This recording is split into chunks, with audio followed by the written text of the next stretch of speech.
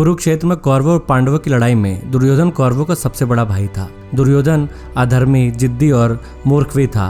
वह गांधारी और धृतराष्ट्र का पुत्र एवं कर्ण का मित्र था, परंतु वह अधिकतर बातें अपने मामा शकुन की ही मानता था। दुर्योधन के जिद, अहंकार और लालच ने लोगों को युद्ध की आग में झोंक दिया था, इसलिए दुर्योधन को महाभारत का खलनायक कहा जाता था। आइए जानते हैं उसके बारे में 11 रोचक बातें।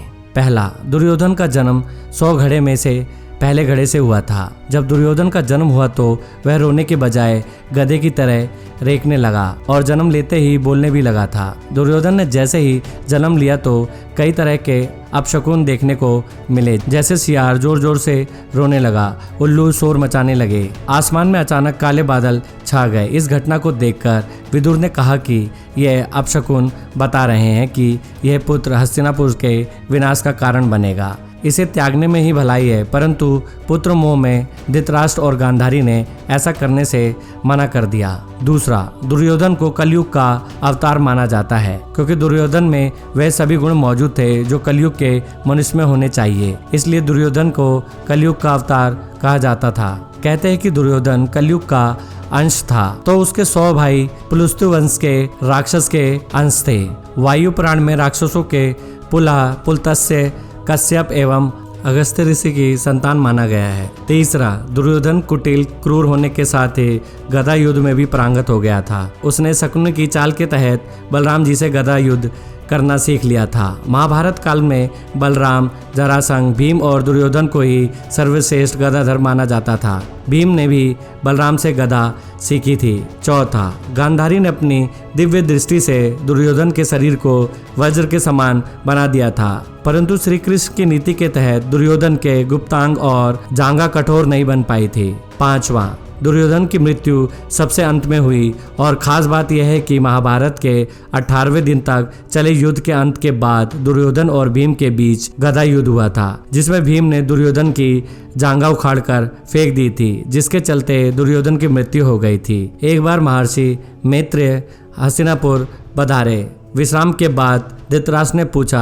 भगवान, वन में 5 पांडव कुशल पूर्वक तो है ना? महर्षि ने कहा, वे कुशल हैं, लेकिन मैंने सुना है कि तुम्हारे पुत्रों ने पांडवों को जुए में धोखे से हराकर वन भेज दिया। ऐसा कहकर पीछे मुड़ते हुए उन्होंने दुर्योधन से कहा, तुम जानते हो पांडव कितने वीर और शक्तिशाली हैं। महर्षि की बात सुनकर दुर्योधन ने क्रोध में अपनी जांघ पर हाथ से ताल ठोक दी।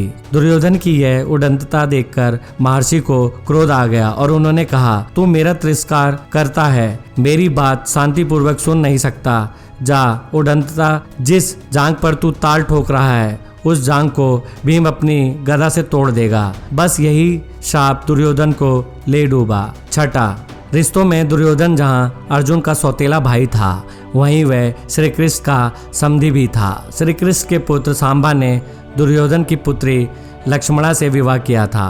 अर्जुन और श्री कृष्ण भी आपस में भाई ही थे, क्योंकि अर्जुन श्री कृष्ण की बुआ कुंती का लड़का था। लेकिन अर्जुन ने जब श्री कृष्ण की बहन सुभद्रा से विवाह किया तो वह उनके जीजा भी बन गए थे।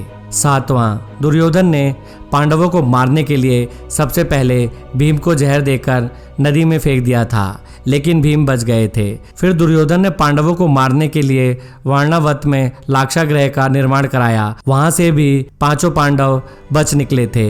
फिर पांडवों के वनवास होने के बाद अज्ञातवास में दुर्योधन जंगल जंगल पांडवों को ढूंढने के लिए अपनी सेनाएं भेजता रहता था। दुर्योधन ने शकुनि की कुटिल नीति के चलते ही पांडवों के मामा शल्य को अपनी ओर से युद्ध लड़ने के लिए राजी कर लिया था। 8वां, महाभारत की कथा में ऐसा प्रसंग भी आया है कि दुर्योधन ने काम पीड़ित होकर कुंवारी कन्याओं का अपहरण किया था। दूत कीड़ा में पांडवों के हार जाने पर जब दुर्योधन भरी सभा में द्रौपदी का अपमान कर रहा था, तब गांधारी ने भी इसका विरोध किया था। फिर भी दुर्योधन नहीं माना था। यह आचरण धर्म विरुद्ध ही तो था। जब दुर्योधन को लगा कि अब तो युद्ध होने वाला है, तो वह महाभारत युद्ध के अंतिम समय में अपनी माता के समक्ष नग्न खड़ा होने के लिए भी तैयार हो गया था। महाभारत में दुर्योधन का अनाचार और अत्याचार के किस्से भरे पड़े हैं। 9वां, पांडवों और कौरवों द्वारा यादवों से सहायता मांगने पर श्री कृष्ण ने पहले तो युद्ध में शस्त्र न उठाने की प्रतिज्ञा की और फिर कहा कि एक तरफ मैं अकेला और दूसरी तरफ मेरी एक अक्षयणी नारायणी सेना होगी। अब अर्जुन व दुर्योधन को इसमें से एक का चुनाव करना था। अर्जुन ने तो श्री कृष्ण को ही चुना।